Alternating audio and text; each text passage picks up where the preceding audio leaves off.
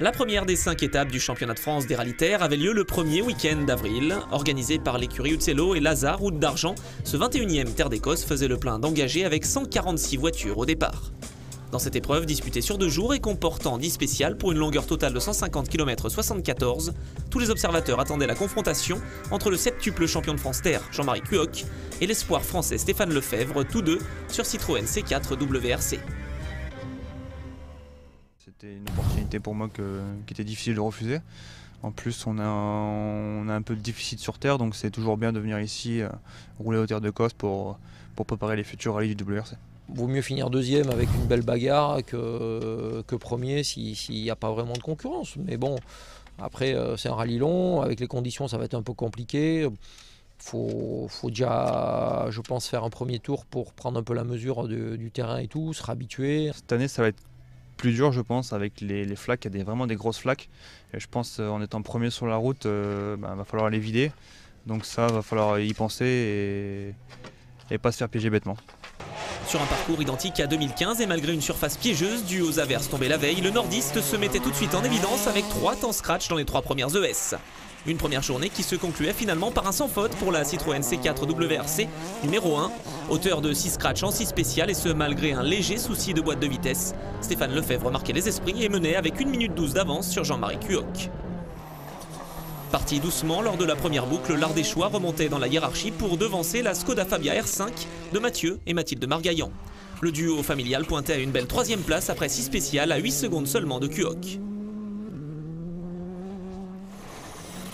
Le top 5 à l'issue de l'ES6 était complété par Julien Morin, le champion de France des rallyes 2013 en pleine découverte de sa Fabia R5 ce week-end, devançait le double vainqueur aux terres d'Écosse en 2009 et 2012, Paul Chius, sur sa Peugeot 307 WRC.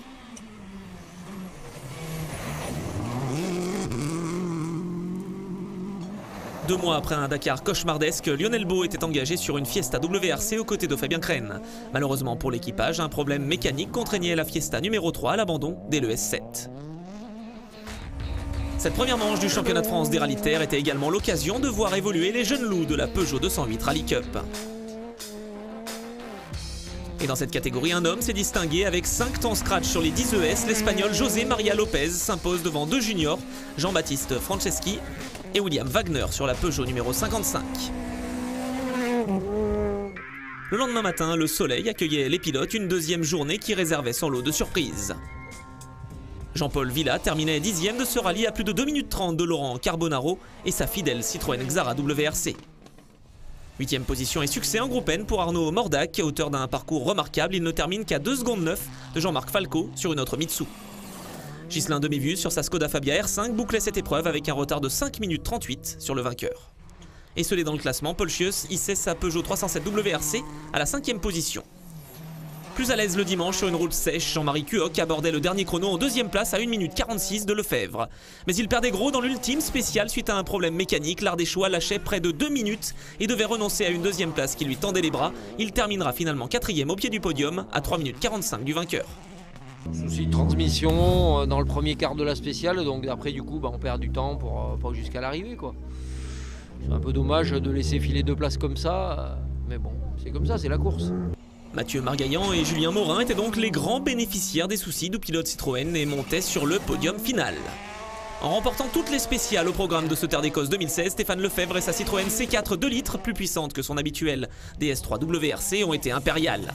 4e l'an passé, il repart des terres lotoises et aveyronaises en ayant fait le plein de confiance sur terre. Lefebvre termine avec plus de 3 minutes d'avance sur son dauphin Margaillan. Grâce à cette 2e place, le pilote Skoda prend la tête du championnat de France puisque Lefebvre était transparent sur cette épreuve.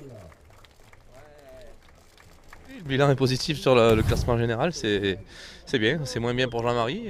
Voilà, pas de mécanique, ça peut arriver, donc on prend les points pour le championnat. Au classement général, Margaillan possède 10 points d'avance sur Cuoc, vainqueur en A8 et 11 sur Morin. Prochaine manche, le rallye Terre du Duat, de retour au calendrier après 7 ans d'absence.